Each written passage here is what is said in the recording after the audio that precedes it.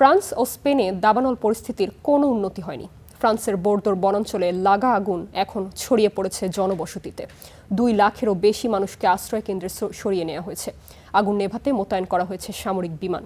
একই পরিস্থিতি স্পেনেও, সরিয়ে নেওয়া হয়েছে 1 লাখ বাসিন্দাকে। জারি করা হয়েছে নজিরবিহীন জরুরি অবস্থা। রাত দিন পুড়ছে বন, কালো ধোঁয়ায় ঢেকে গেছে আকাশ।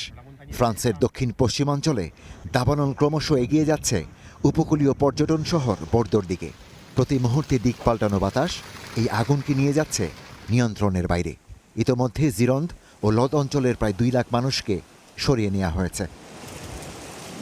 শুধু দমকল বাহিনী নয়, আগুন ঠেকাতে এগিয়ে এসেছেন স্থানীয় বাসিন্দারাও।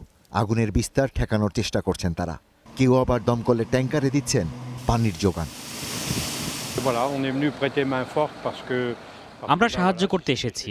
আমরা প্রচুর পানি নিয়ে এসেছি, দমকলের ট্যাঙ্কারে পানি ভরছি এবং রাস্তার পাশে পানি ছিটিয়ে আগুনের বিস্তার ঠেকানোর চেষ্টা করছি।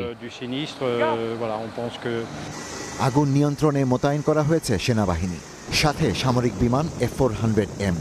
একবারে 20 টন রাসায়নিক ছিটিয়ে আগুন নিয়ন্ত্রণের চেষ্টা চলছে। লোপোর্টস এলাকায় ছাই হয়েছে শতাধিক বাড়ি ও অসংখ্য গাড়ি। অনেক পরিবার এখন গৃহহীন। যাদের বাড়ি আগুনে পুড়ে যায়নি তারা যেন গৃহহীন পরিবারগুলোকে কয়েক সপ্তাহের জন্য আশ্রয় দেন।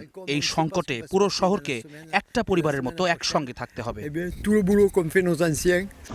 একই অবস্থা স্পেনেও। সেখানে নিত্য নতুন এলাকায় ছড়াচ্ছে আগুন। সিয়েরা দে এসপাতান সহ বিভিন্ন এলাকার আগুন নিয়ন্ত্রণে হিমশিম খাচ্ছে দমকল বাহিনী। পরিস্থিতি এমনটাই নাজুক যে জরুরি অবস্থা ঘোষণা করেছে Spain. Ishtiaq Hossain, star news.